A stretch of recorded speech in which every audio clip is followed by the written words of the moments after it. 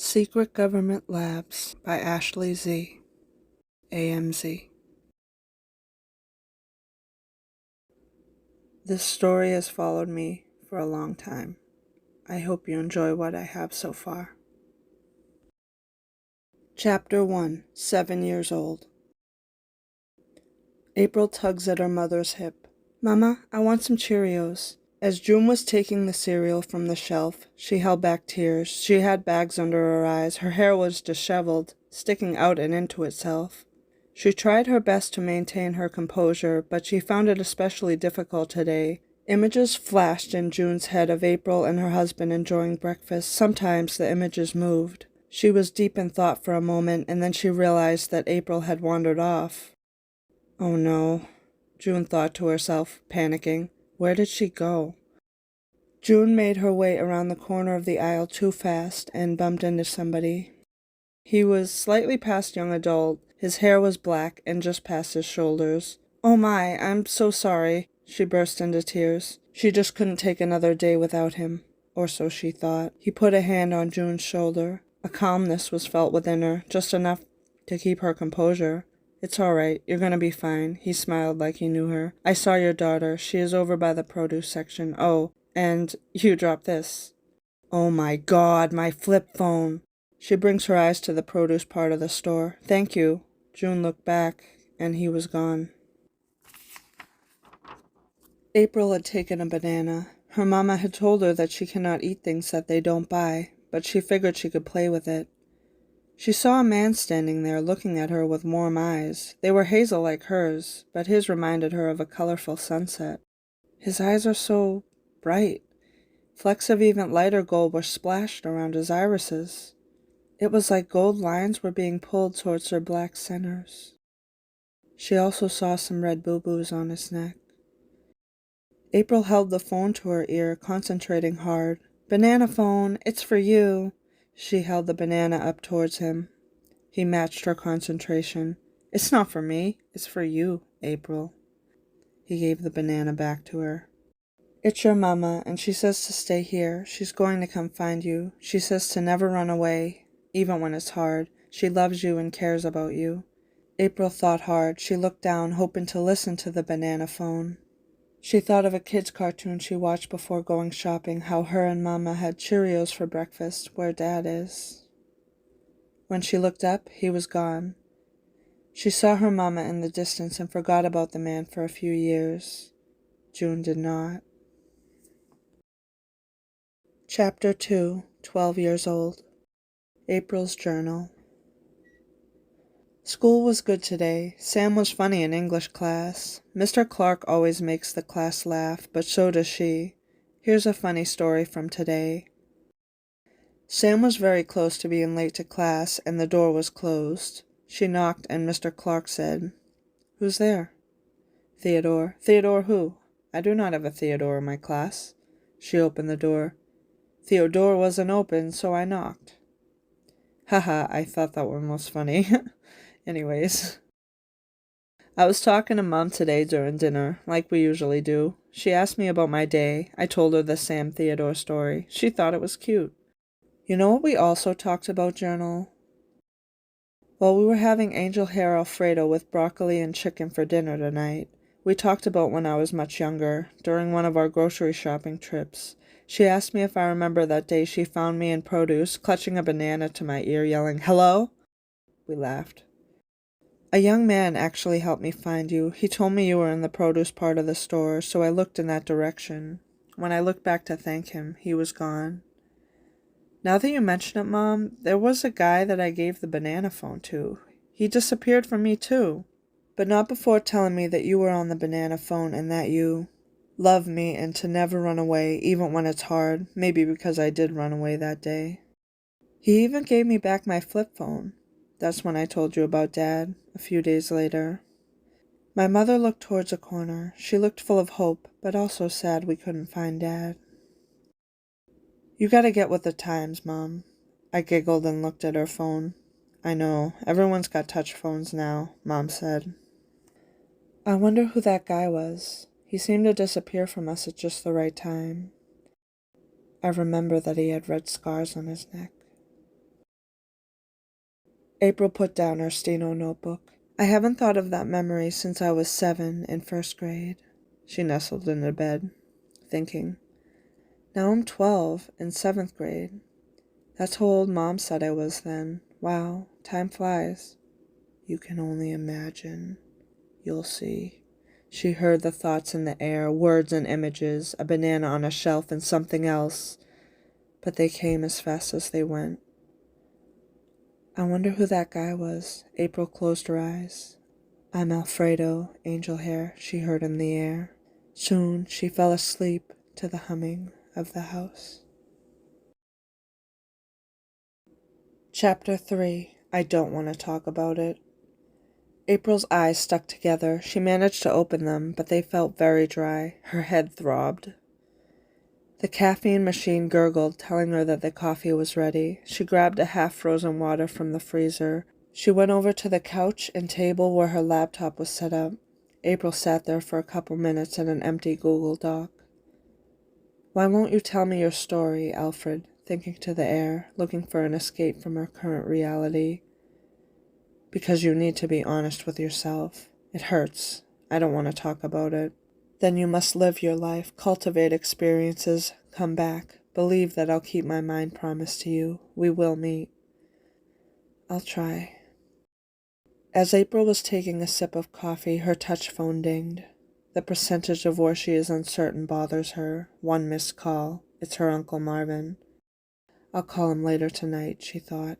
How are you? I'm okay, Uncle Marv. Just trying my best. How is Florida? Good. Happy birthday. If you ever need anything, please feel free to reach out, smiley face. Thanks, I appreciate it, heart. Anytime. When the texting ceased, she looked around the house. Her house. Nah, Mom and Dad's house. It just all felt so surreal. It's a frigid April 26th. It's my birthday, year 2027, a Monday. Can I trust this day? She took a moment to think of the lyrics and beat of an old song. I turned 31 at 11:23 a.m. That's when you told me I was born, a Friday. Now we're at the beginning of the week again. It has also been 2 months, Mama June. Where the hell are you? April laid back on their soft couch. As far as she was concerned, it was still her parents' couch. Your sweet mother is safe, but you can't know that for sure. So is your dad. She heard Alfred's thoughts through the hums of the house. Everyone is safe until they are not.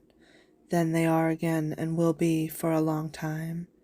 Everyone thought you were crazy, but I never did because I've known you for quite a long time, even longer than you think.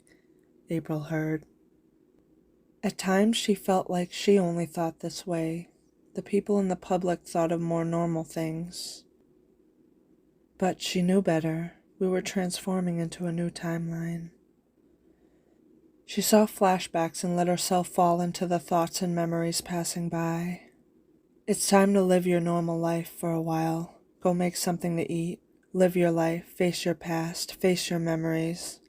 April opened up her phone, revealing the time. 12:22 p.m. 222. I think I'll go read a book on the beach. Make a sandwich and bring some chips. A good way to spend the day of my birth, on the beach. What do you think, Alfred? I think that's a fabulous idea, my delightful creature. April wiggled her fingers briefly, and it brought her joy, because she imagined it as a thing Alfred does. A thing a mad scientist might do. She felt so at home when she did mad scientist things. She noticed that most people she met in the public spoke about other topics. Things that were normal, like family life, working a normal job, talking about food, their kids, pets, what movie or book they watched, those kinds of things. But April thought of other things. April bundled up. It's a cold April day, which will fade into a warm May. She could feel it. She loved to read on the beach. When she could not write, she would read, whether it was at the beach or not. Going through a backpack, she heard keys jingling in the bottom. Check. She confirmed that the book was in there, as well as adding the sandwich, chips, 2 half-frozen waters, and a soda. Can't forget the beach blanket. Also your hollow eyewear. What time is it? 12:47 p.m. Her phone smiled at her. She gathered her things and made her way towards the door. Her parents' house is close to the center of the beach. All she had to do was walk a straight line on the sidewalk, and in a few minutes she would get there. The shops had aged, and nostalgia always seemed to creep out of the buildings and into her brain. A few people had the same idea. At a quick glance she saw two people reading books, four surfers in their suits riding the big waves. Two families on her left and right, a boyfriend and girlfriend kissing on the shoreline. I guess she'll be the third reader in that area of the beach. April felt Alfred's presence as she heard the thought. She wondered if he heard it too. She was curious if he somehow gave the thought to her, and how. She pressed on, feeling like she was waiting for something. Her whole life she has felt like that, in one form or another. As she spread out her blue and white beach blanket, she set the backpack down. April read for about a half hour and then laid back to look at the waves and think. I wonder where you are, Mom. Crash. I wonder who Alfred is, too. And if you were at the place my mind always seems to come back to, crash. Nobody thinks that you are alive. Few kept hope. I am one of them. I swear I saw a guy that looked like Alfred when I was reading a book 2 times ago, even has scars like me. He looked more aged than when I was 7 in 2003. Crash. He came as fast as he went. It will be soon. Crash. Crash.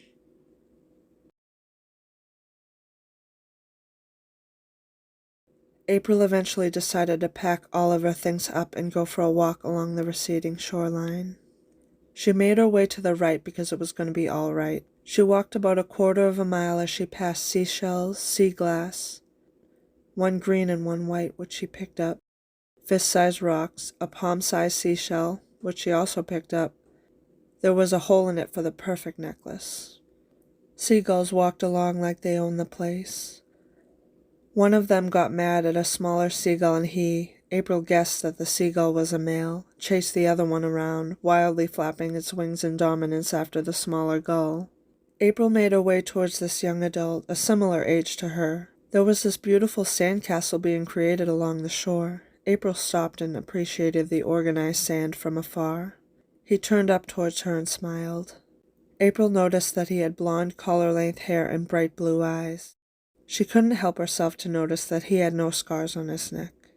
Not many people do. Do you like my creation? The sandcastle is beautiful. I love the detail of the stairs and the castles. April smiled at the man, who appeared to be a similar age to her. Not that age ever mattered to her, for a long time, anyways. Thank you. Interesting choice of words, creation. That's like something a mad scientist would say. Charles Theodore Alfred. Claire, 12, April. But regular people don't hear my thoughts, not yet. They are all thinking things that the public think, and I have no way to prove this yet. But this won't be forever, I feel it. April realized she should say something, just as she was trying to find something to talk about. The young man scrunched his face, and she swore he heard the thought that just passed them. She couldn't control her lips from curling up. Hey, you're April, right? Yes, I am. April was confused. She didn't know this person in the life she was in now. I'm Cody, a friend of your Uncle Marvin.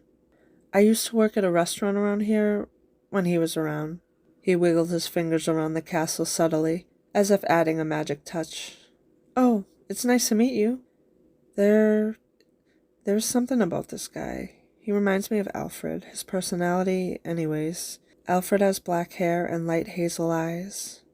My instinct says I should keep talking to him. Likewise, he locked eyes with her. I'm sorry to hear that your mother is missing. She will turn up. Don't lose hope. April then suddenly felt a burst of emotion. A few tears squeezed out of her eyes, but she wiped them away as quickly as they came. I haven't lost hope. Thank you for your kind words, Cody. I understand. Life is hard. That's not all you had to go through, I'm sure. He looks at her neck. But you keep fighting every day, just like me, just like all of us. That's all I can do. April said as she looked to the blanket closest to the sand castle. She saw a book. I enjoy reading the old school way, Cody started.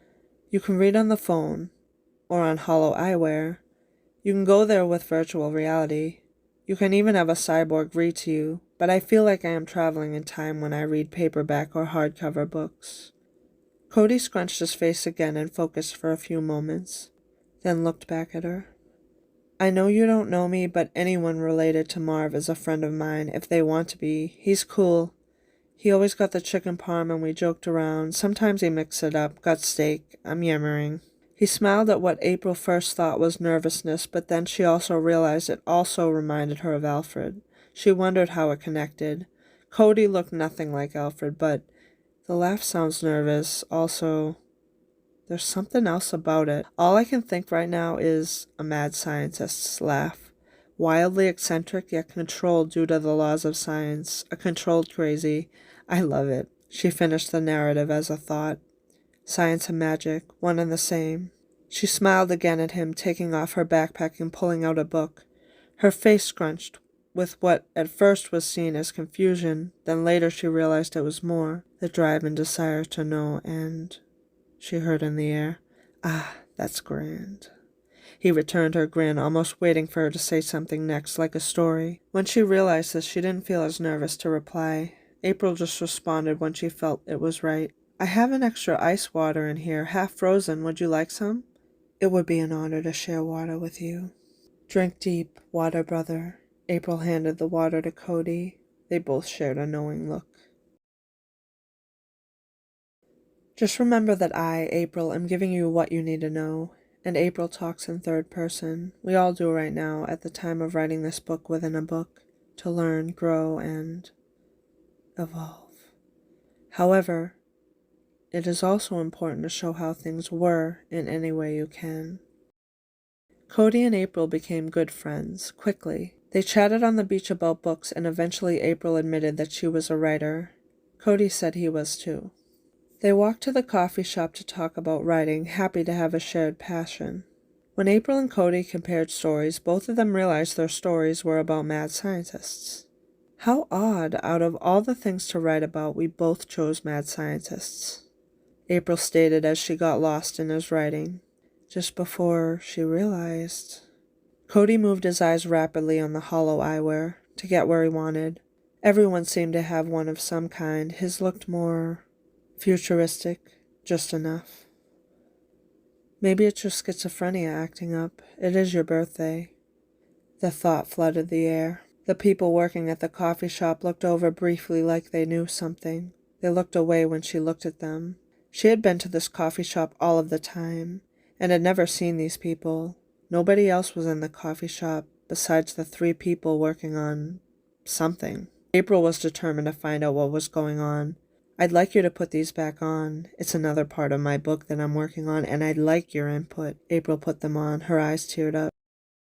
She saw Alfred. She saw Alfred.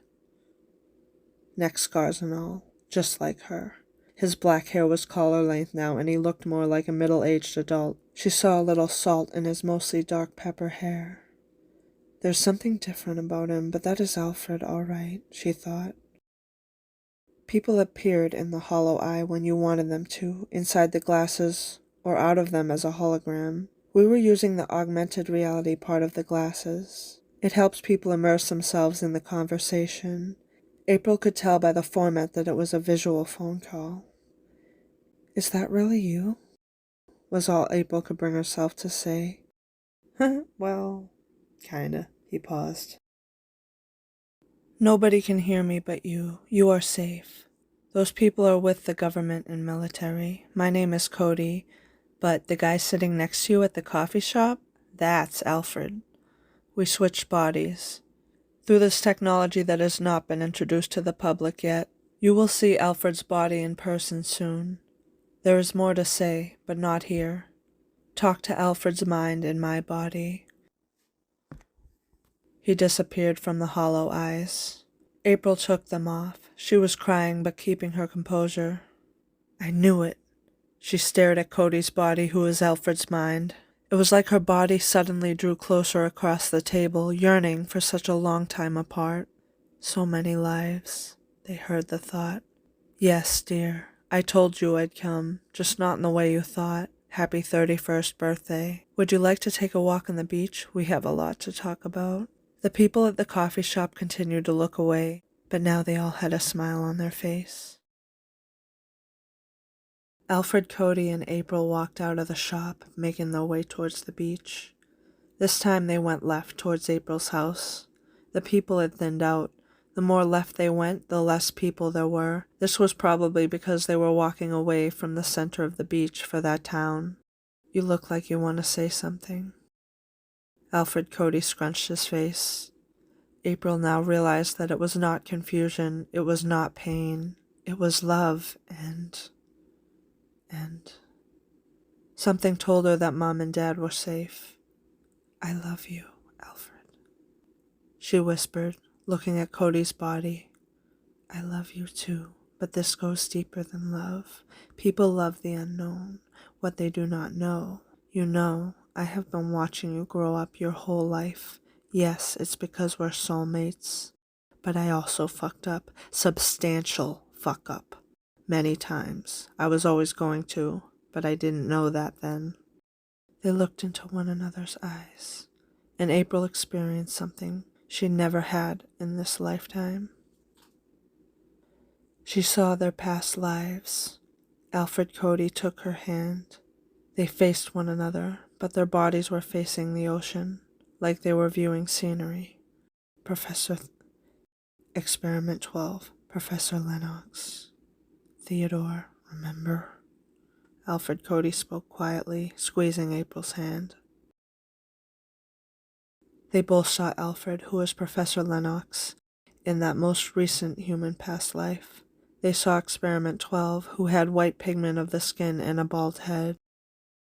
Waves of memories flashed around both of them at the same time. Images much like waves faded in and out, of Professor Lennox amputating arms or legs on Experiment 12, putting new ones on like socks, locking 12 in a room when they grew their hair out and they refused to shave it. The professor did not like when 12 grew their hair out. But when he started to experiment on 12's brain, Professor Theodore Lennox. I tried to tell you in subtle ways, Alfred was thinking to her in a way she never experienced. They stared at one another and just knew that they were thinking together, like putting the thought in your little friend Sam's head, the joke when you were 12 and in 7th grade. Of course I'd have you journal about it. I saw you when you were 7, reminded you when you were 12, and then I disappeared for quite a while. I faded in and out of your existence until the end, where every thought seemed to scream my name. I wonder why that is, my dear April. I'm sure you'll tell me. As she stared at him in thought, constant tears fell out of her eyes without any effort. They leaned in and kissed for a very long time. Is this cheating, Alfred? No. What is cheating, anyways? There's a lot you have to learn. I will teach you, dear. Who is Cody? He is Charles's son. Charles, April said in a gentle tone. How is he? He is well. So is your mother and father. Today is your 31st birthday. You do know that it is time, right? You have felt it coming for a while. Yes, I have. Chapter 4, Secret Government Labs. Alfred Cody put a hand on April and suddenly they were somewhere else, like they all knew the exact time nobody in the public would be around. Alfred Cody and April were standing in the middle of a lab. Vats both unoccupied and occupied by people of various ages, mechanical brains, eyes, hands, and feet were up on shelves. And a banana on a shelf. April smirked as she felt the blood rush to her face. She could feel the nostalgia seeping out of the banana, seeping out of this whole place she had been writing about. April saw Charles in the corner, working on a mechanical set of eyes. Go say hello. Alfred Cody squeezed April's hand. The blood rushed to her face even more than it already has. April was walking over towards him when Charles looked up. He smiled like they both came at just the right time, and he knew it. Charles put his things down and outstretched his arms. April had to wait at least 31 years for these embraces and kisses. There's so much more to come. It's so good to see you, April. Now that you're a grown adult, you can be here. You had to go through a bunch of things that hurt you immensely, but they were tests. You saw Alfred early in your life once, then a few days ago one more time, and then you saw me 3 different times as well. That mad scientist look, as you recalled it. You journaled that our faces made you feel like you were home. You didn't know what it meant, yet you sought us out. April looked into his ice-cold blue eyes, which felt cold and warm at the same time. She could see the emotion in his eyes. The train station at Boston when I was 22 and a staff member in the hospital when you were 20. Charles tucked a hair behind her ears. You were only ever going to go 12 times because you were Experiment 12. They take a moment to enjoy one another's presence. Then Charles looks at Cody. You did a good job, Alfred Cody. You always do. Cody Alfred should be here any moment. Of course we know this, but April, you did not. I think it has to do with you not seeing Alfred for 20 years. It will be nice to get back into my own body. Alfred Cody giggles. And almost like it was on cue, Cody Alfred came in the door. Hey guys, April, good to see you. Love you, girl. You ready to do this, Alfred? Cody Alfred looks to Alfred Cody, both antsy to get back in their bodies. Oh yes, indeed, Cody. I miss my body too. Remind me to make updates on your brain. Michael is going to want to do your wrist and heart tech, and Charles wants to update your eyes as well. Alfred walks over to 2 machines tied together with wires in the back. It had 2 seats on the left and right, and there was a big contraption in the middle. There were little domes hovering above the chairs where you'd put your head. Alfred Cody sat to the right, and Cody Alfred sat to the left. Charles went to operate the machine. 2 transparent thick tubes went around them. They closed their eyes, and the whole thing took 3 minutes. The tubes receded, and a few seconds later they were opening their eyes. Alfred stood up, looking at his hands and wiggling them. He stretches. April learned more about why she liked to wiggle her fingers when she was alone. Then Alfred skipped towards April and hugged her tightly. You cheating on me with Cody? There was a fun tone in Alfred's voice, like he knew more, but it was a good vibe. This time around. April heard the thought, and she was reassured by their faces that they heard it too. April blushed. She just stared at Alfred, taking in his face, until he pulled her in for an even longer kiss. April noticed that this tongue exchange felt more whole. Alfred had his body back, and it just made sense for the timeline. I am just trying to teach you, always. Alfred tucked the other piece of hair behind her right ear. Some people may find it creepy that I watched you grow up and now I am kissing you. Alfred cradles April's face in his palms.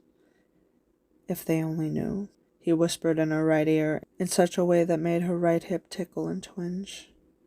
Those people would be in the general public, where you just were today, where you grew up.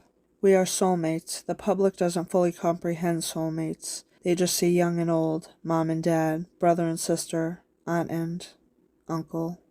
They do not understand like us here at this currently secret government lab, protected by our military, the United States. But other countries have at least one secret government lab. We have a lot to show and teach you. And how many secret government labs does the United States have? At least one in each state now, April spoke softly. April spent a lot of time with Alfred. He showed her his room, which would now be theirs. She noticed that the door had a little gold 12 on it. Hello, Alfred. Hi, nice to meet you again, April. I am room 12. Alfred's door spoke to them. It is nice to see you again in a whole new way. The door unlocked and opened. Did you program that in? You bet your ass I did, just not in the way you think. We'll change that. He winks. Alfred's room was medium-sized and seemed to have everything he needed. She noticed that in the left corner was a vat, no liquid. Next to that, on the left wall, was a desk with a computer built into it, an e-desk. In the cubby holes above the desk were 3 mechanical brains. One of them was on the desk cut in half, being worked on. There was a yoga mat next to the closest left corner. On the right corner farthest to them was a queen-size bed, linens pristine. 4 fluffy pillows were on a deep blue bed, and 2 long ones, 6 total. On the wall where the bed was resting was a big screen of a live feed, somewhere outside. There were no windows. On the ceiling there was this helmet with a bunch of wires. On the right corner, closest to them, was a cyborg charging. Wow, you have quite the setup in here. I suppose you could say that. He grinned at her. Though nothing is really mine or anybody's. We just use it for a while, until we don't. Would you like to rest? I'm sure it has been a long day for you. April felt rested. I actually have a project for you, April. I mean, come on, you know me better than that. Alfred motions towards the bed. I'd like you to lay down and put this headpiece on. The piece of tech had wires, looks like veins, one and the same. Alfred unhooked the headpiece, which was connected with 6 wires, all neatly together. Alfred stood up with the headpiece in his hands while April got comfortable in the bed. She cuddled the leg pillow like it was her room, too. Gotta have 2 leg pillows, one for you and one for me. You can even cuddle the top of the pillow, too, not just the legs. Anyways. Alfred bows dramatically, and as he does, he presents the headpiece. This will show you your most recent past life. Some animal and insect lives in between, and even some of this life. That's what I have here, and more. But it will show you in a way you might not expect. It is different from virtual reality. You are seeing things with your eyes in VR. This is more. You're seeing it inside of yourself. Like a memory, but more immersive. Your brain is being given something it has lost. You will see what I mean when you put it on. Just make sure you're comfortable in laying down. Your soul is going on a journey. April put the headset on. Alfred took out no hollow eyewear. He just moved his eyes rapidly. Then the world around her faded away, and April was gone for a second time.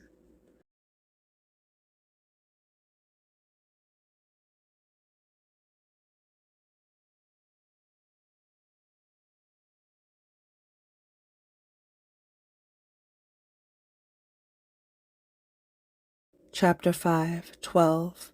April is one with 12. They are looking at their hands. 12 runs their hands through their hair, scalp. It is smooth.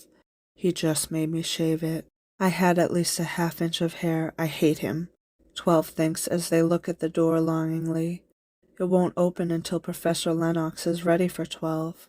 In this room there is a vintage, to April anyways, sink and mirror of the 1970s to the left. There is a porcelain toilet next to the left inner corner where you do your business. 12 makes their way over to the mirror. It is a thick, dark metal, making the roses carved in the metal black.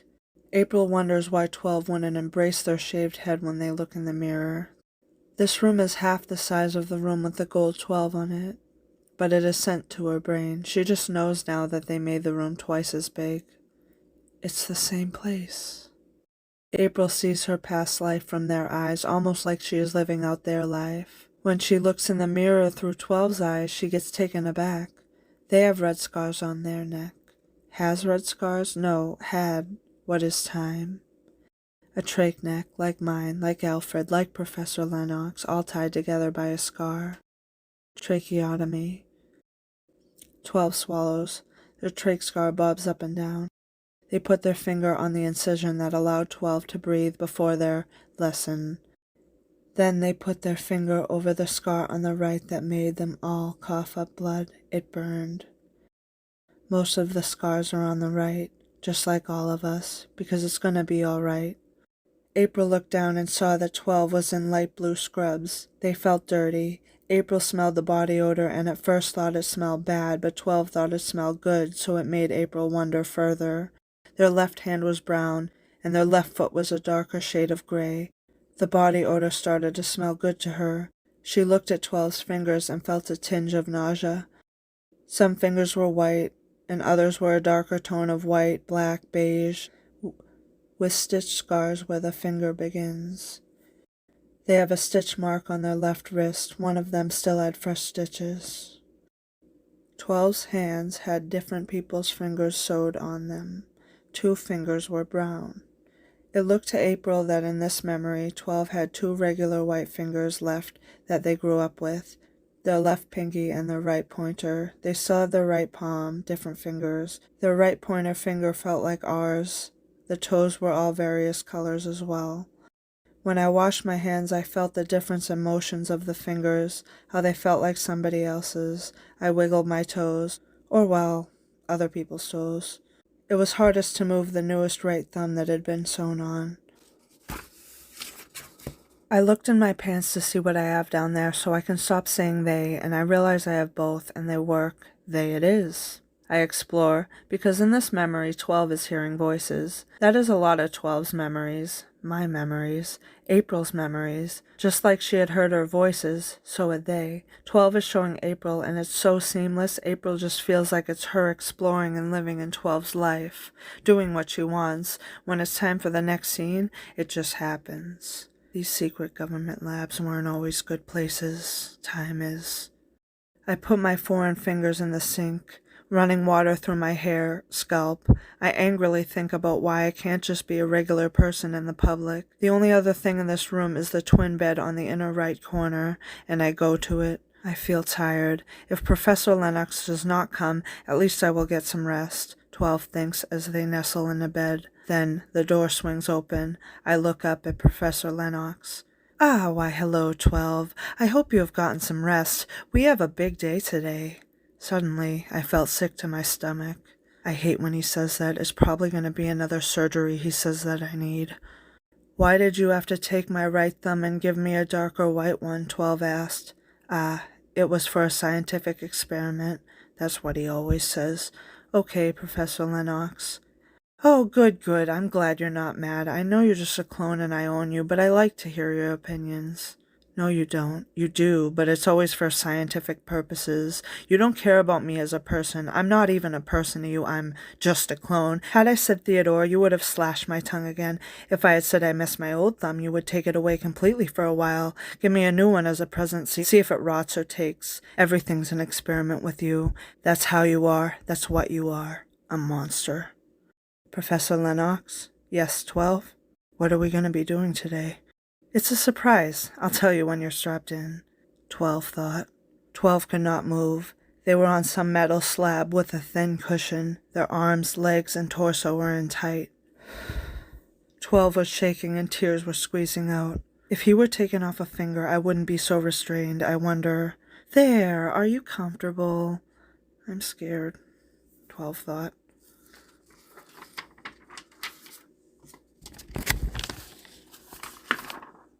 Yes, Professor Lennox, 12 said out loud. Good, I'm going to put you to sleep now. He never tells me what he's doing, 12 kept thinking. 12 watched as he put some kind of sleeping medication in the IV hooked up to their left arm. Suddenly, the room started to swirl. 12's eyes opened and closed, the right eyelid drooping slightly ahead of the left, like the eyelids are suspended in slow motion. Theodore grabs a recorder. Test number 1 on the brain. Click. I woke up with shackles on my hands and feet. It felt like days have passed. I see the shackles, but when I move my hands, I just barely feel them on my wrists. The world feels broken, I think. I can barely feel anything. The room is swirling around me and looks like an unfinished puzzle. Why can't I feel? Why does my brain feel like a bowl of spaghetti being mixed around? Why? The door opens and 12 stares. Now Professor Lennox's head is shaved. His once wild black and streaks of gray that pointed towards the ceiling are now a baby smooth scalp. Somehow it made me happy, both 12 and April in unity. You shaved your head, Professor Lennox. Yes, 12, it is none of your concern. You may be wondering why you're chained up. Of course. But you don't need to worry about that now, because I'm gonna unrestrict you. If you move, I'll lock you in here another week. I'll keep you chained. Understand? Yes, Professor. Professor what? Yes, Professor Lennox. Just past my ear. 12 runs their fingers over their thick black hair. I'm scared, though. He never lets my hair get this long. I can faintly feel his fingers in my brain, and sometimes I get thoughts that don't feel like my own. My skull feels like it moves, and the pain. 12 looks to their left white wrist as they lay down on their bed. Dark purple veins weave throughout the arm. Then 12 jams their right index finger into the wrist and stitches, hard. They twist. I feel it less and less. Keep jabbing. I need to feel it. 12 keeps jabbing their pointer finger into their wrist. Their nails have grown out. For some reason, Professor Lennox allowed it. 12 jumps when the speakers in the corner of the room screech on. Ah, why hello, 12. How are you feeling? I don't feel good. 12 said in a hurt voice. Could you go into detail? Ever since 12 paused, trying to find the right words. Ever since you worked on my brain, I have not felt right. Like I cannot feel anything, but I can, like I am halfway there and halfway gone. There was silence on the other end, tears squeezed out of 12's eyes. I'm so lonely, I don't care who I'm talking to, just... Wait, please don't go. 12 shook in bed and rocked back and forth. A stern voice came back on. Are you questioning my work? No. Well, yes, what if I am? Then I know what must be done. 12 days. Click. The first couple of days were normal. Sometimes Professor Lennox would not come in for days at a time. Right when it rolled into 8 days, 12's nervousness was becoming harder to ignore. He has only ever left me in here for longer than a week 2 times. When I was being born, it took 12 days, and then... kill yourself. A voice intruded the thought. This was happening more often. The voices didn't always say bad things like that. They also didn't feel like 12's thoughts. 4 more days, I figured it out. It might have taken me 12 days to make you, but it will take me 12 days to break you. Break us. 12 shuddered in the corner of their bed as April just downloaded it all into her brain, feeling what 12 is feeling. I'm scared, 12 thought as they curled up in a ball looking at their white, black, and beige fingers and thumbs. I don't want to fight, I just want to love. Why can't the world be a peaceful place? I don't even know what it's like out there. But it must be bad judging by in here. Or maybe it is heaven and they took me from it. Maybe I deserved it. I wish I had someone to talk to. I wish I could remember. He used to let me talk to the other experiments, play with them, until I didn't understand and apparently something went wrong. He locked me away for 12 days and I was scared. Maybe you would do better if you took off the mask. What do you mean? Who is this? Take off the mask.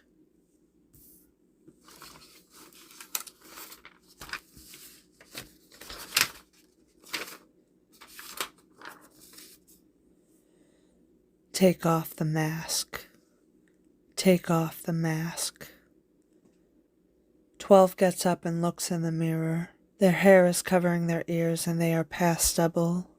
They run their hand over the scar going all around their scalp. The room gets dizzy for a few moments for 12, as well as April. You're gonna see what I let you have, and you're gonna thank me one day. Thank you, Alfred. April whispers. What did you say? Thank you, Theodore? You will pay for that dearly. You don't get to call him Theodore. He is Professor Lennox to you. Can Professor Lennox read my thoughts? Is that even possible? It's so hard to have thoughts at times. 12 looked in the mirror. Have you ever looked at your face, thought of someone else, and your face looks like theirs in that moment? This was the face of Theodore. Alfred's voice was edited into the memory. A mad scientist, but a bad one. Not bad, just misguided. I was him. And now, I'm not a misguided guy. New body and all that. There's more to it. I just didn't understand, but I do now. What's going to happen in 4 days? I don't even know if this wall clock is the true time. 12 laid back down and cradled their head. 11 days and 23 hours alone with my thoughts. I don't think my hair has ever grown this long.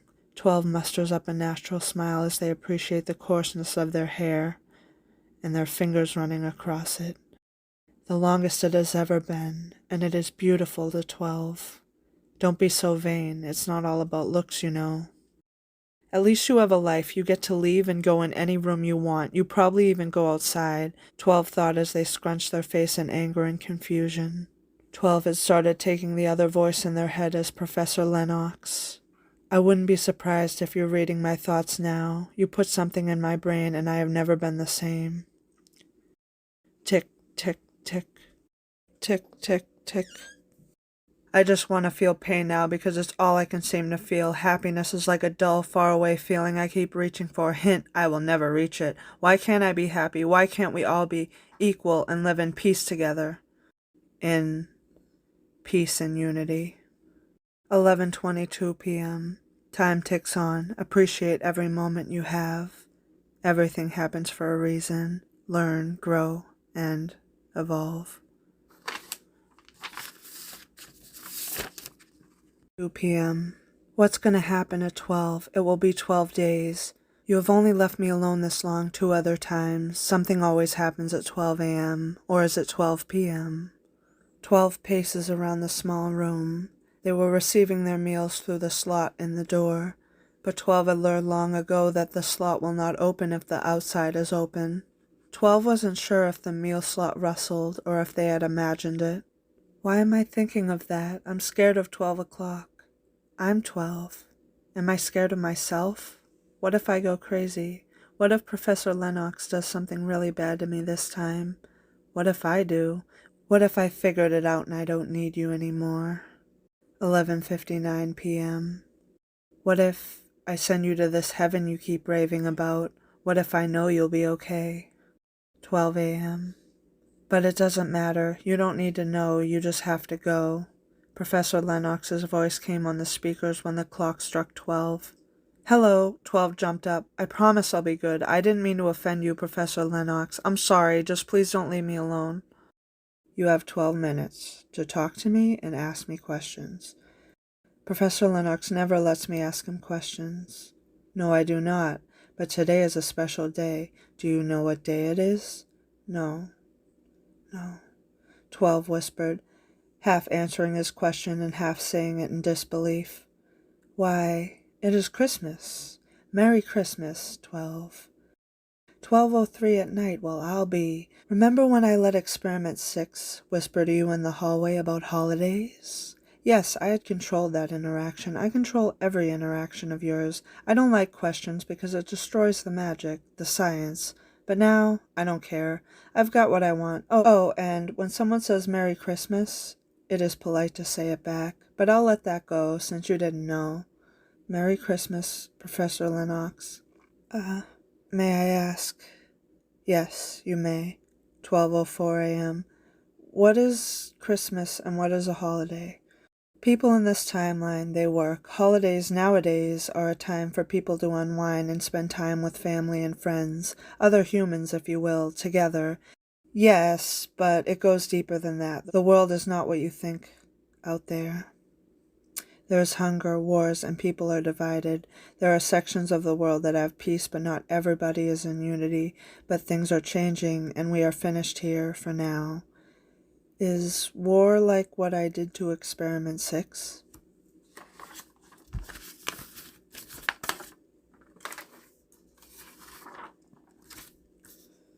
Yes. You know how you slashed his throat and tried to kill him. Well, you thought you were playing and that he would be okay. That's what millions of people do to each other, in a way. They hurt one another. I waited 12 days to teach you. You remember. I thought we were playing. I didn't know it was a bad thing until you slashed my throat and showed me that it didn't feel that good until 12:08 a.m. Till I worked on your brain, 12? Yes, 12 said weakly.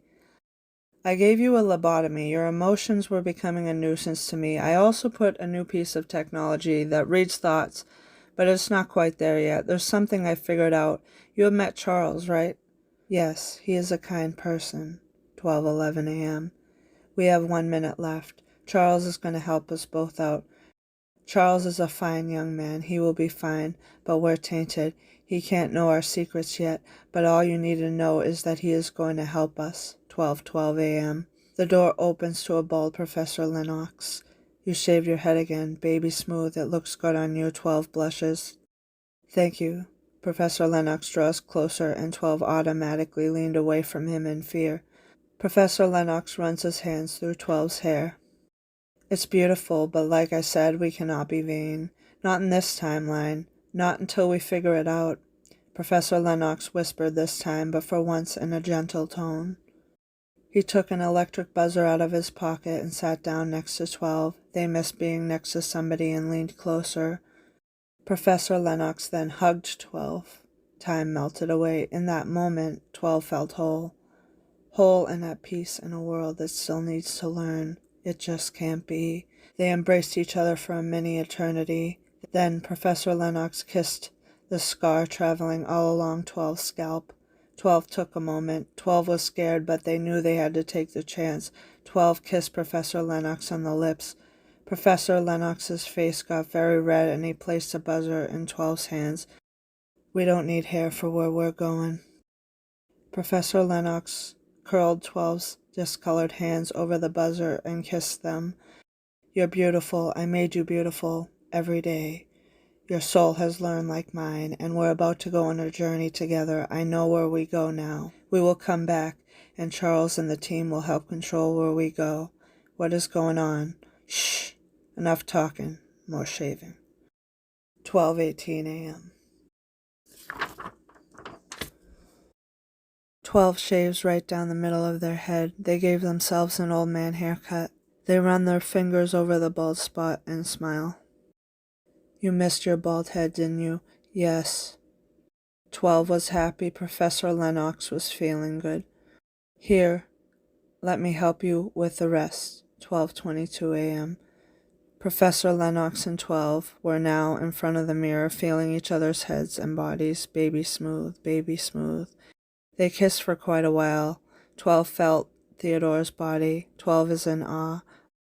All of the sudden, 12 feels a poke in their thigh. They briefly saw the syringe in the mirror. The room swirls around, but just before the whole world goes black for them, 12 feels Theodore put them back in bed, give himself an injection, and then they hold each other until they are gone.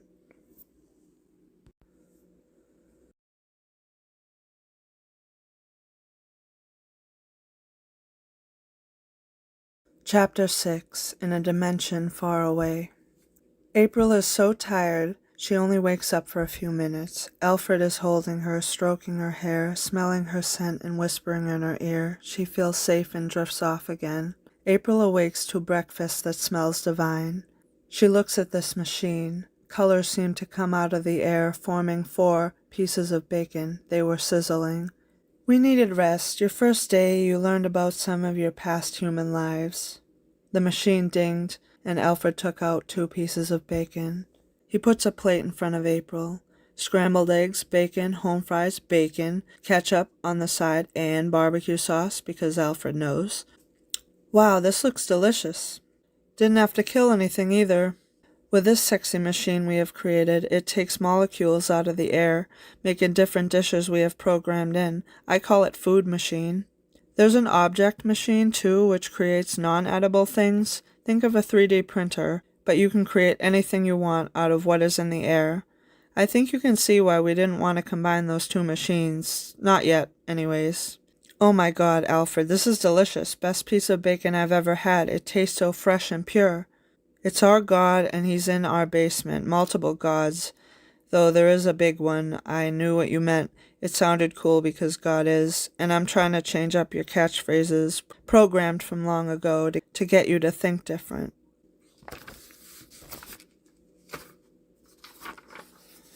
"I am glad you like it. How was your first day?" He kisses her forehead.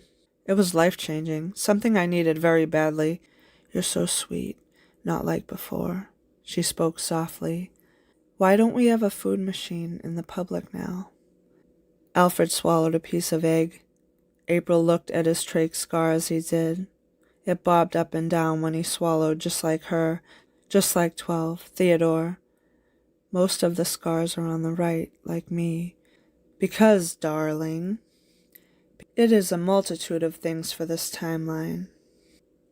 We make too much money on the animals we kill, wars and sickness. We create our bad. One day it will help us appreciate all of the good coming to us. It will take time. Though once we teach about what exactly animals are, they won't hesitate. They are us, going through lives, being reborn again and again, until the soul gets into a human life, like eating ourselves. Alfred opened and closed his mouth dramatically along with his hands. "But it's all right, because at least it's not human meat. Even though cannibalism was accepted long ago, I don't get too hung up on timelines. I just let them play out. When it's my turn, then I make my move. We currently, in this timeline, need the negatives. However, soon that is going to change. Everything changes with time. You are going to love your role, April. Everybody eventually will. Maybe they're working a job they don't like, but the future holds so much. He held her hands, looking in her eyes. April felt like he was whispering sweet nothings, but instead of whispering them in her ear, he was whispering with his eyes to hers. They were thought-talking.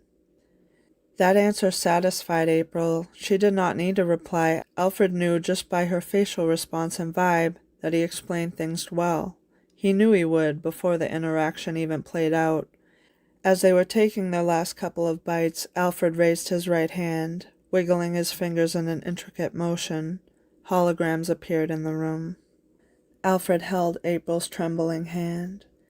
That is why I have been so patient. He rubs the joints in her hands. He feels them relax, letting you enjoy the life we built. You're going to do something grand, like all of us, April, and we'll get to do it together. He kissed her palm. You have been aging, marinating into the person that you are today. You saw deep things, and now you're seeing even deeper things. I know it is scary at first, especially since in our past lives, clones were new. I owned you and did whatever I needed to do. Now you have had what to you feels like freedom, but at the same time you know better, due to the story we had you write. I am going to show you things you could only imagine before, all of us. You just have to trust me like I know you will, April. We are going to a lab in a bit, but first, Alfred looks to their door.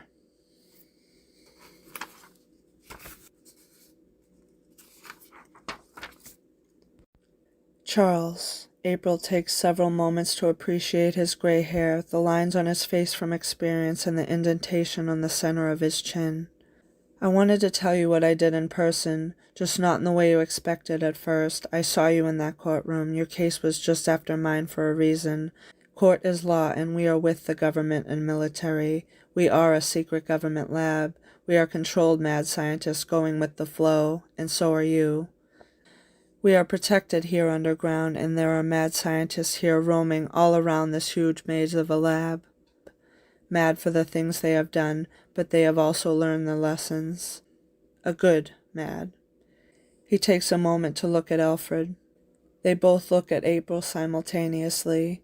Charles sits at the foot of their bed and Alfred in his desk chair. April laid in the bed, taking it all in. Theodore and I came up with an idea at just the time we needed it. There is a huge group here, and if I were to give credit to just me, I would feel ashamed.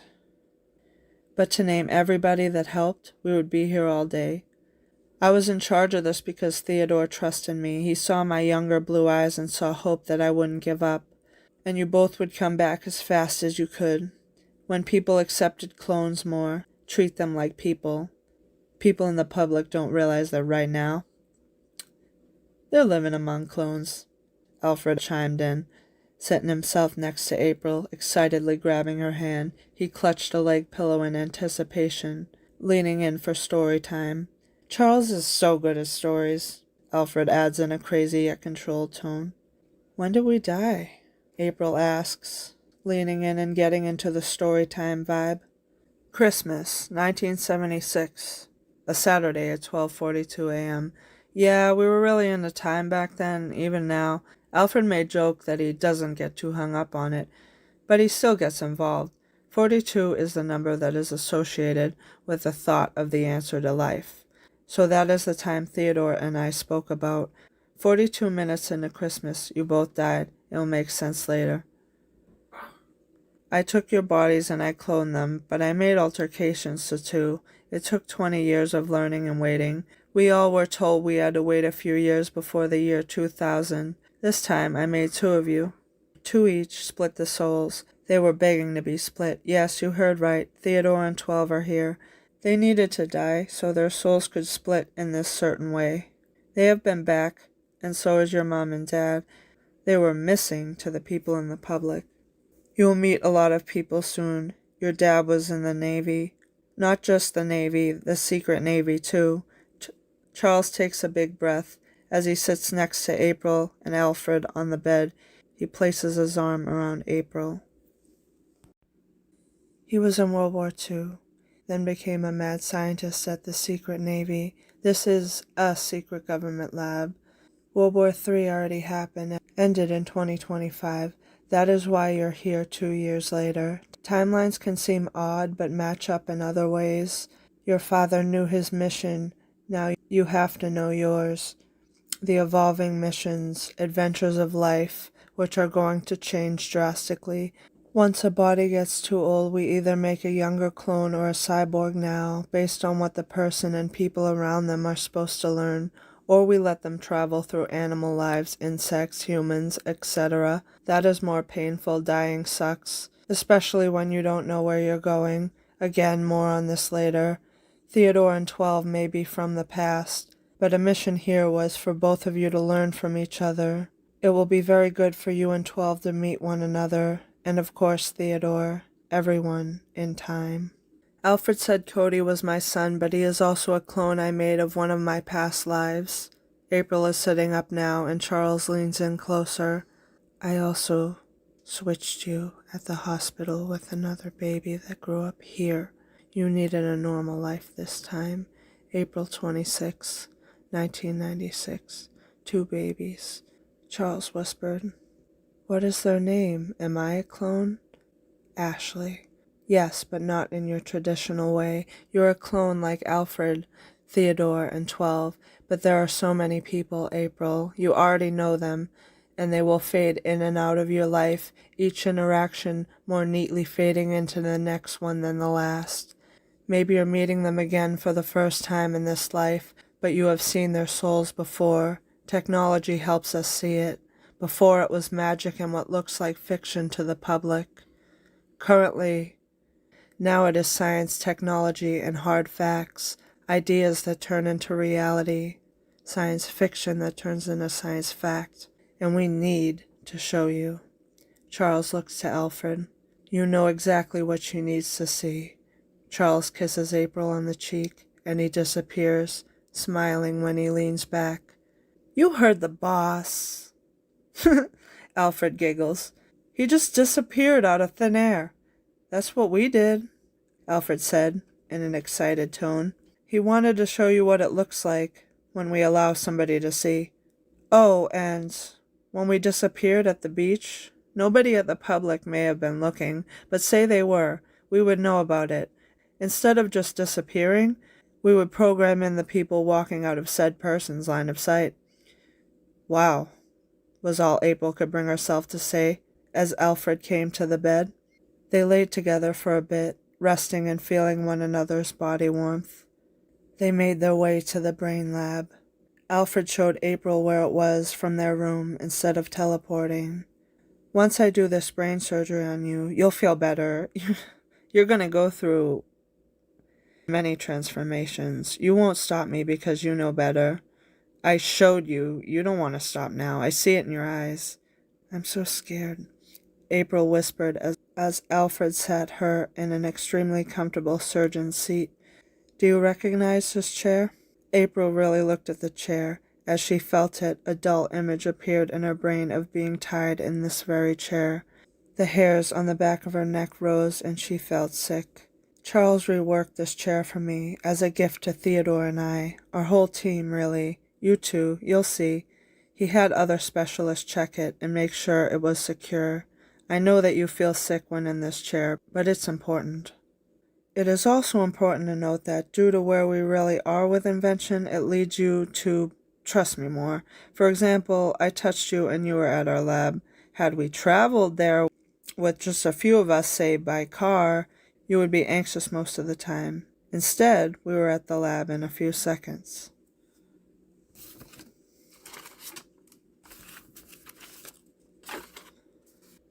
You all have come a long way. April looks at the razor placed neatly on the table from before, along with other intricate tools that April sees as various pieces of metal at this point in time. You have something else you would like to say? I'd like to hear it from you. April looked at Alfred's knowing eyes. He pecked her on the lips. You're not ready yet, and you're right. I just wanted to show you that it is ready when you are. I know that it's not time. I still have one important thing that I need to share with you. and I am sure you know what it is. They did not teleport again. Alfred led April through a few elevators and hallways, always seeming to go down, to this room on the end with a huge door. With the way your brain is now, you'll just get lost again without me, but I enjoy teaching. I see you learning each time. These are things you need to see before we do this. Alfred puts his hand on the big door. It opens. This large room has one giant movie screen in the back, along with many tables and chairs facing it. The massive underground room was empty, but April felt an immense amount of energy right when she saw the big door. Alfred looks at the screen and it turns on. There is what looks like a live feed of Earth from space. April is here. I hope we can talk so we can help her feel better about all of this. The screen fades to black. A circle starts swirling in the middle of the screen. April thought of her and Alfred Cody at the beach not long ago in a similar position. Ooh, that's a good sign. He side-hugs April as they face the big loading screen. Something beautiful happens. April starts crying happy tears. I did too, when I first saw them. Alfred whispers in her right ear. At first, April heard what sounded like wind chimes, hitting each other in a way she had never heard before. It sounded beautiful to her. She wrote the story. She is in awe. She was living it out in her actual timeline. They looked like people almost, shaped like humans, but made of diamonds. There were two of them on the screen. The background was out of this world. Crystalline walls that formed the color of the rainbow shone through. The floor shimmered. There was what looked like furniture made of different colored gems. It looked like nothing that April had ever seen before. Many cosmoses swirl around their bodies. They are called celestial beings. Alfred looked full of peace, love, and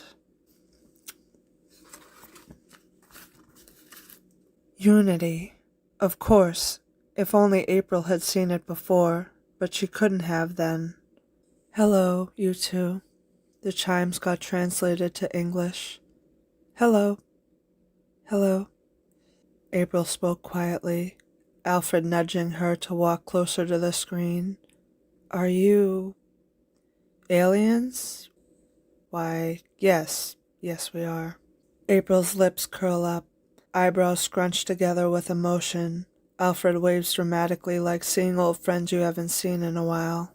I am Celestial April, and this is Celestial Alfred. We're your alien soulmates, the aliens on our planet that you relate to the most. It will make more sense later. Earth is a locked planet. Celestial Alfred picked up where alien April left off. We contacted people at the secret government labs in the year 2000 because the humans of Earth had made a big accomplishment, a big feat, year 2000, 2,000 years. We still have a lot to do, but it's good we have both Aprils here now. I always wondered about what that was. Earth April says, when Alfred spent all of that time thinking to me and I had to live out my new life and grow up, we waited for each other. That story that Alfred put in my head always helped keep me going in life. I always wanted to believe so badly it was true, and here we are. What a beautiful time to be alive. And it is going to get better. Their forms start changing to all different colors at once. There are a bunch of planets with aliens, all at different levels. Some are locked planets. Some are like us. Some, the sun had already eaten their planets, but they have made homes elsewhere. They pause it for a while. Earth can only speak to us right now because we have to teach you, so you can teach them, and thus the cycle goes. But trust us when we say that we are all going to do something grand. The two celestial bodies made of gems and surrounding cosmoses shifted and transformed. They went into themselves. Now they looked exactly like humans Alfred and April from Earth. It is year 2027. There is a lot we need to teach you. April speaks, and when she smiles, she looks like a perfect version of April. Her teeth glistened white. Human April's teeth were slightly yellow from age and other things. On this April, there were no blemishes, no scars, or split ends. Celestial Alfred moved his hand and a physical 3D Earth appears. This is your planet. He moves his fingers like human Alfred would. Then the celestial being just looks to the right and another planet appears next to Earth. Our home is what appears to be a giant diamond. Celestial Alfred takes a moment to zoom in, changing angles to where you could see their sun, which looked like a giant red, glowing gem. Cosmos dust was around both planets. Their planet looked white yet transparent, like a diamond. Almost like 4D, huh? It wasn't always this way. There are other planets around us, much like you, but that information is for later. Both of them simultaneously outstretched for a hug. Alfred takes April's hand, gently walking her to the screen. Would you like to step into the screen? Celestial April asks. Earth April's face turns red. This was a big moment she wrote about and had been waiting for. They appeared on the other side. Their other selves looked at them, a welcoming stance. Hello. Celestial Alfred opens his arms wider. All of them go in for yet another life-changing embrace. They actually felt like flesh and bone of a human hug. We can transform into anything. His voice even sounded like Alfred's, but even more of a percentage confident than Alfred himself. He raises his hand, and 4 seats were shining before them. They were more comfortable than they appeared. As they faced one another, Celestial April turned into a dog. She wagged her tail furiously, jumping on April and licking her face. Human April giggled and gave herself scratches. She noted that she also felt them from within her body. Celestial April then turned into a smaller dog and laid down for a nap on April's thighs. Dogs were first known as humans' best friend. Celestial Alfred's hand turns into a bone and Dog April gently bites at Alfred's bone hand. Simultaneously, his hand turns back and she turns into a butterfly going on human Alfred's right shoulder. They appeared to be in a room themselves, somehow connected to our room on Earth. Both of them felt as though they were in another world. Alfred had been here before a few times. April was seeing this for the first time. It's funny because animals are people going through cycles of life. Celestial Alfred stands up looking at human April. My dear, he doesn't have to do the brain surgery again. Once we go back into our true forms and think about it, we can shift you like Alfred. We'll even update Alfred while he's here. As he said this to the humans, the butterfly sat on the seat, turning back to human April's form. We know your answer. They spoke simultaneously, but we want you to say it out loud. The humans heard it as a thought talk in the air. We would love that, the 2 humans said at the same time. Chapter 7. Back Home. Human April awoke to a sleeping Alfred. The time told her it was late. She got up and Alfred reached for her. She put a pillow in his place and he squeezed it with his arms and legs. Still not you, he mumbled drowsily. Alfred did not sleep. If he did, he was always aware of his surroundings. April felt. All of a sudden, it looked like Alfred had been awake for 5 hours and had 3 cups of coffee. So how do you feel? He grabs her arm, and as they touch one another while they are awake, the room around them disappears. They are in a white space, just the 2 of them. Nothing was around them. It appeared to be white for miles, and they didn't know where it ended or began, or how far this white space was. Just as they were about to speak, those 2 celestial beings appeared right in front of them. They spoke in unity, which was either picking up where the other one left off, or speaking at the same time for emphasis. You're still on our planet. They spoke simultaneously as the room they walked into prior faded into view, the next scene flowing as neatly as the next. We have recreated your room, Celestial Alfred said. We needed to put you to sleep for a bit, and we wanted you to feel comfortable. We need to show you something. The deep blue and purple walls of the celestial planet descend into the ground, with a dozen celestial beings all around them. They speak naturally, each celestial being having their own line of dialogue. There was always going to be 12 of us the first time, 12s.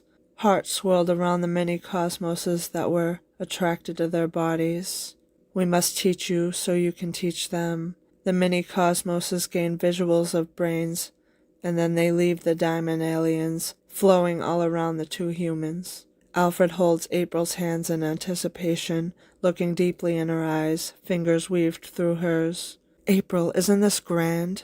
It's extraordinary. It did not matter where they looked. They saw all. The beings told them it had been minutes. They were one with them. Alfred danced around. Oh, April, these updates feel so needed. I feel so good. You appear to be feeling overjoyed. I feel so peaceful. It's like any question I have ever had in my head. There's an answer right there. I'm going to show you what you can really do later. He kisses her cheek.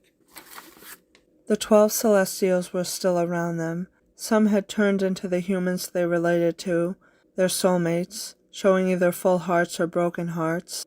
Alfred and April knew that meant they met their human soulmate, or they have not yet. Others turned into animals, not revealing their humans, dogs, cats, birds. Celestial Alfred and April transformed into different things along with their alien companions, and they ended off that scene by turning into humans, April and Alfred. Chairs ascended from the ground, and they all sat in unity. You're gonna love this. The diamond planet shifted, and then reflected off the enormous diamond planet in such a way that caused there to be rainbows of color everywhere, like being inside a rainbow. This is our sunrise and sunset, they all heard in the sky. Humans see colors in the sky. We used to, just like you. Now we see them from all angles. It felt as though all the different shifting colors, due to the current placement of the planet and their sun, were going through all of them, as each hue brought a different emotion. We got our planet to speak to us. They heard all around them, as it started to get slightly darker. You're going to love the night. Aliens visited us, just like we are trying to do with you. There's no trying. Those aliens are called godlike aliens. There is a central god, and they oversee all of the dimensions. Aliens are traveling across the multiverse all of the time. We avoid Earth in the physical sense because the planet is still growing, so are the people. But we are coming towards a time where humans will be ready by 2042. Currently, in your timeline, it is 2027. April will work with Alfred. He will show her. Night came, and the planet still glistens in different colors. April and Alfred had it sent to them that the glowing gems jutting out of the ground were homes of celestial beings. The cosmic dust was all around the 12 aliens and 2 humans. This is where we must part ways. You are only meant to spend the sunset. We will send you the quests. We love you. Oh, we love you too. April smiles, like long-lost friends. A gem had started forming from the strong floor of the floating diamond. It had become flat, and an image of their room appeared. This is a portal to your room. You must choose to walk through it. The celestial beings knew, all transforming to their current main form, waving. Much love, Alfred says as both of them wave, making their way towards the portal. As they passed the portal, Alfred and April saw the multiverse. They saw the cosmic dust, each of them separated. Each one was connected to a huge mass of dust. If only we could. Besides that, the transition was seamless. April laid on their bed to take it all in. Wow, I feel. Alfred sits next to her. Like everything is there all at once. That's what happened to me. It adjusts as you live life and learn what you can do. And I am going to be right here by your side through it all. He pecks her on the lips. 15 years. What do we do? I have a lot in store for us, April. He snuggles in bed with her. Now we both know the time from our brains, and our planet's day and night cycle got synced. We must dream, and we'll have a new day. He whispers in her ear, fully packed with everything you'll need to know. Thank you for listening to the first 7 chapters. Here I have 2 extra chapters. Also, just thank you for listening, and I'm going to read these last 2. Chapter ? Magic. There are steps to this process. Alfred swishes his legs in the pool, creating gentle ripples of water. His lab coat was creating waves themselves from how he was sitting. When I swoosh my feet in the water, they create ripples. It is science. Our past lives used to be able to use magic, yet they had no idea about science and technology. Now it is the opposite. Everything is bound to come around again, right? Well, Alfred kicks his legs a little harder as April jumps lightly in the pool. When there is friction, we all learn immensely. Laws of science once slightly altered with magic. But people, when are lost, wars, it is hard. But people learn closer towards that peace and unity. Magic is an art that was lost. Think Salem witch trials. Why would there be any talk of witches if it did not once exist? People killed magic. It was already diluting. It is lost to us right now because they used magic. They pulled energy from the universe, the sun, stars, moon. It is all energy. Because in the beginning of times, we had access to magic, access due to where the planets were in space then. We took energy from the planets, stars. Alfred frowns. But a powerful magician wanted more, to learn. It cost him his life, his family, friends, only for him to learn in his present life that it was always destined to happen. Do you know why? Why? April floated. Gravity. Alfred stared at April. If a regular object is in the air, it must fall down. If you turn a sink on, the water falls down. Back then. They listened to the thoughts in the air. Alfred then moves his hands, his fingers working wildly. The lights dim and the pool starts shifting colors. Roy G. Biv, the color wheel and all the colors in between. Images from above the pool, like a massive movie screen.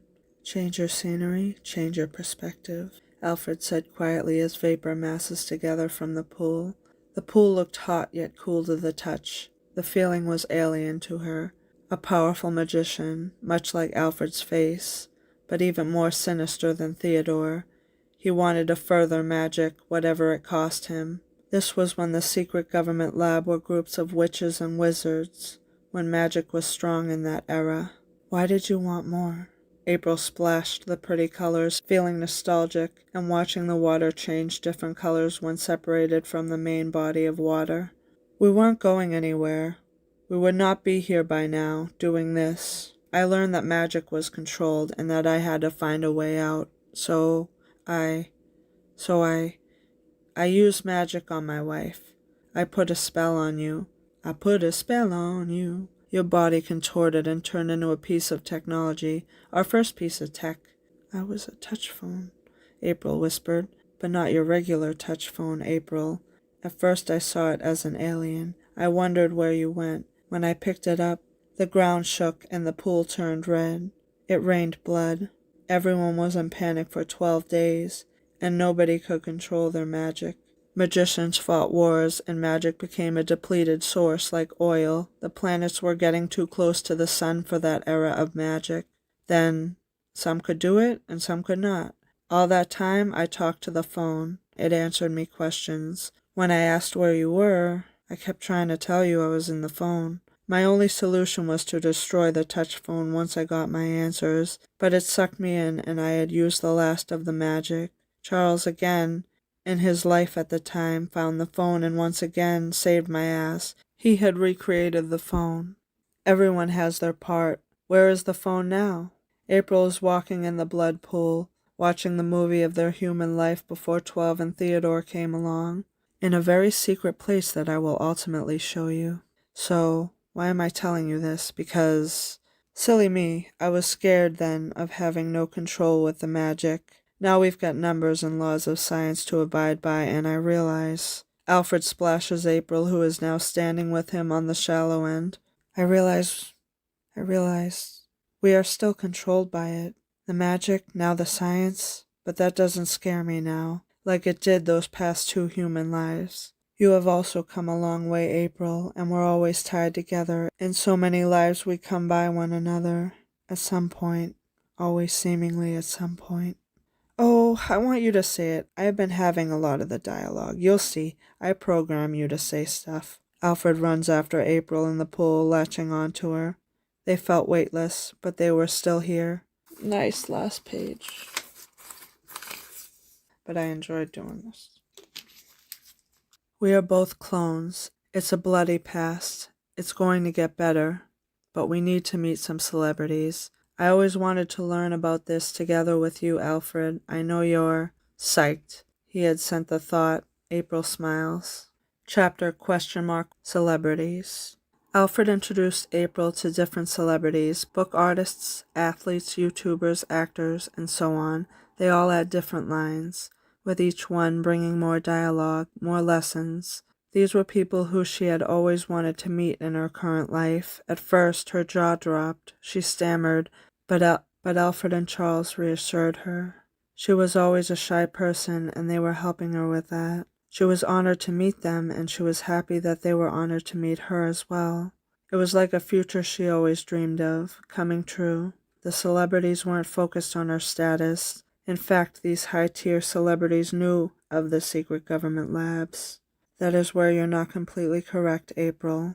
Alfred stated as the last celebrity left. You have a high status. We all do, all of us. It was your time to meet those people. The celebrities cannot meet everyone from the public, not yet, and that is where you play an important role. Your brain also plays an important role. April saw Alfred get giddy. He wiggled his fingers and hugged April, at first around the waist, and then he cradled his palms and fingers through her hair, using it to pull her head back gently. April, he cooed, I am a controlled mad scientist. Do you know what that means? Not completely. She cradled his head, linking their legs on the bed. She felt whole in this moment, a feeling she had been searching for so long. The more this story goes on, the more dialogue you will have, April. Listen, I know you are.